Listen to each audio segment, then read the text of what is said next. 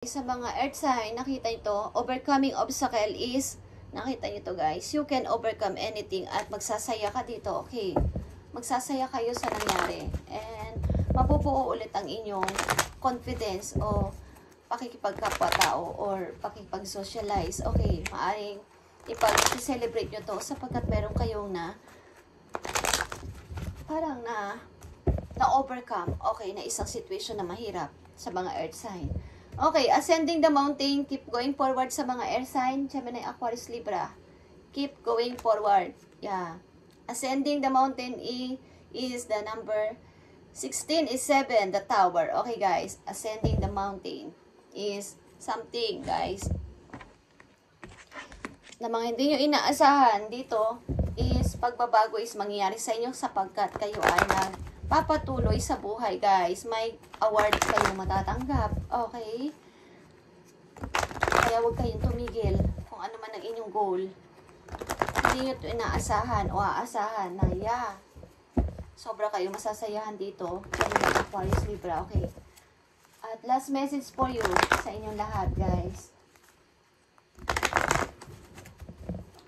Last message para sa inyo. Sa inyong situation.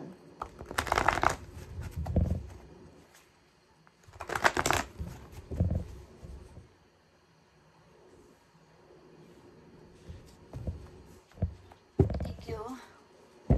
Solitude is here and 10 of Pentacles sa mga fire sign. Okay. Hindi ko alam kung meron kayong pinag-iisipan dito na kapag nagkita ba kami ng person na to is tama ba na mag-forgive ako at parang smooth lang. Kung hindi man kayo magkabalikan ng tao na to, fire sign is maaari maging friend kayo para sa bata. Okay, para sa inyong anak. Okay, tingnan natin. Solitude and 10 of Pentacles para sa mga fire sign. Yeah. Solitude is solitude, guys. Thank you.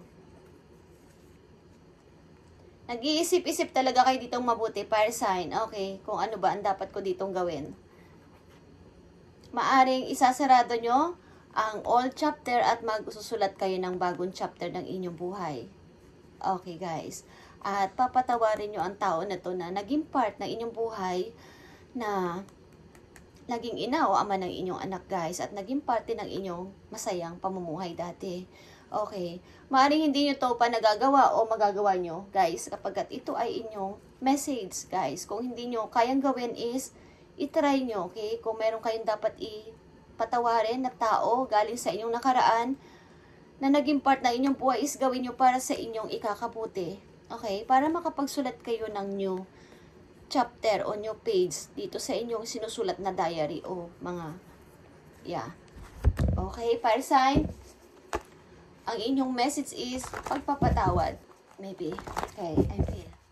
And sa mga water sign, message sa inyo ngayong full moon, gates of triumph, is you can see sa paparating. Water sign, you can see. Okay, hindi mo alam ang offer o hindi mo nakikita sapagkat kayo na nanatili doon sa parang naka-stuck sa isang bagay na tapos na. Okay, water sign. Tingnan natin. Destiny. Nakita nyo to, guys. Destiny is a wheel of fortune, guys. Ito ay isang offer na hindi nyo inaasahan at ito ay parang iikot lang at kapag hindi nyo nag-get ito, hindi nyo nag-grab, is iikot ulit at mapupunta sa iba. So, kailangan is maging aware kayo sa offer na maaaring parating sa inyo, okay? Maaring hindi nyo nakikita, hindi nyo pinapansin sapagkat sayang naman yung dati. Okay, parang may naririnig akong ganun, guys. Naghihintay kayo maybe ng galing sa isang tao na mahalaga sa inyo. Okay. Tingnan ninyo yung ibang side, yung right side o bright side. Okay, na situation, water sign, kapag ang opportunity na paparating na to o ibibigay sa inyo ng heaven is parang minsanan lang at parang sa'yo lang naka-offer. Pero kung tatanggihan mo, alam niyo sa sarili niyo sapagkat kayo ang nasa situation, guys. Okay, something na kayo ay may paparating na mga offer at pag-isipan yung mabuti, magtanong kayo sa inyong angels, inyong mga guidance doon sa heaven, kung tatanggapin nyo to at ibibigay sa inyo ang sagot. Okay. Tignan natin ang inyong sa Capricorn, Virgo, Taurus, overcoming obstacle, at ipagsasaya nyo to. Ipagsasaya nyo to guys, na nakamit ko na o na-overcome ko na ang obstacle na to na nangyayari sa akin. Okay, Capricorn, Virgo, Taurus. Shadow, okay, or the moon is here. Maaring mga sikreto ito guys, o mga dinadala ninyo sa nakaraan, galing sa nakaraan, at gusto nyo nang sabihin, o gusto nyo nang i-expose o i-reveal. Okay, something ito guys na mayroon kayong dinadala galing sa nakaraan na parang nagre-reflect pa rin o nagiging shadow, nagiging anino para sa inyo. Okay, may mga sikreto kayo na dapat yung sabihin. Okay, sa mga Capricorn, Virgo, Taurus, something na mayroon kayong tinatago na nahihirapan kayong magpatuloy sa buhay, kaya kayo hindi nagiging masaya. So, gawin nyo to guys para sa inyong ikakabuti, okay? Kung meron kayong mga revelasyon na dapat sabihin sa mga taong malalapit sa inyo, na talagang malapit sa inyo guys, isabihin nyo na, i-close nyo na yung isang cycle na tama na, okay? I-close nyo na guys. Okay, ascending the mountain sa Gemini, Aquarius, Libra, ascending the mountain is here. Keep going forward, guys. Memories of love. Okay, memories of love. Something na kayo ay itong ascending the mountain na to, keep going forward, kayo ay nag-move on maybe. Ilan sa inyo is nag-move on patungo sa new start na inyong buhay. Okay, tuloy-tuloy lang, guys. At yung memories of love is unti-unti nyong pakawalan, guys. Okay, may parating sa inyong hindi nyo inaakala na maganda, Gemini, Aquarius, Libra, sapagkat ito ay maybe nag-moving on kayo sa isang relation na biglang natapos o nag-discrap, okay, isang immature na relationship, at nag-moving on kayo. Keep going forward lang guys, keep going forward. Okay, so isang message na lang dito para sa inyo lahat, fire sign, water sign, earth sign, and air sign. Tingnan natin ang message sa inyo.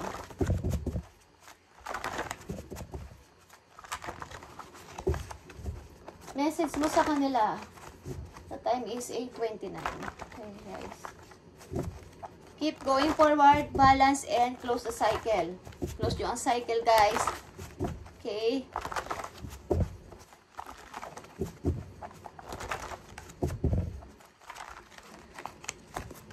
Lahat ng mga tunog at naririnig ko during, okay, nakikita ko during my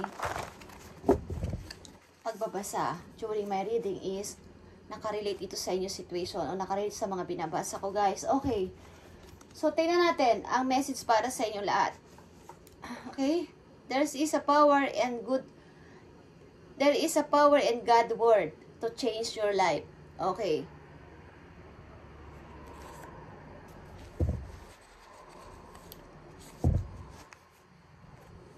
napaka-powerful guys ng word ni God para kayo ay mag-change ang buhay. Kahit na imposible, magiging posible sa word ng God. Okay? Huwag kayong magtaka o magduda sa kanyang offer o sa kanyang mga pangako sa ating lahat o sa inyo lahat, sapagkat ang kanyang word ay kahit yan ay sa pagkumpas lang ng kanyang kamay o kahit any is kaya niyang gawin lahat. Okay, ang imposible is magiging posible sa kanyang word. Is mababago ang inyong buhay guys. So, wag na kayong magduda kung ano man ang nakaraan, ano man ang ginawa sa inyo ng inyong person o kahit any na person sa buhay ninyo. Wag niyong pagdudahan sapagkat nakatagdang magbago ang inyong buhay sa hindi nyo inaakalang pagkakataon, guys. Okay. Huwag na kayong magalit o magkaroon ng galit sa puso. Okay, sa nakaraang mga tao sa buhay ninyo. Mahirap tong gawin, guys. Okay, hindi to madali. But, kung gagawin nyo lang smooth ang lahat, guys, para sa inyong ikakabuti din, okay, is magiging masaya kayo sa inyong present moment. Kung may mahal na kayong iba o may tao na kayong kasama sa buhay ninyo, magiging smooth lang ang inyong lifestyle, ang inyong everyday routine kung lubusan nyo nang na-let go ang past.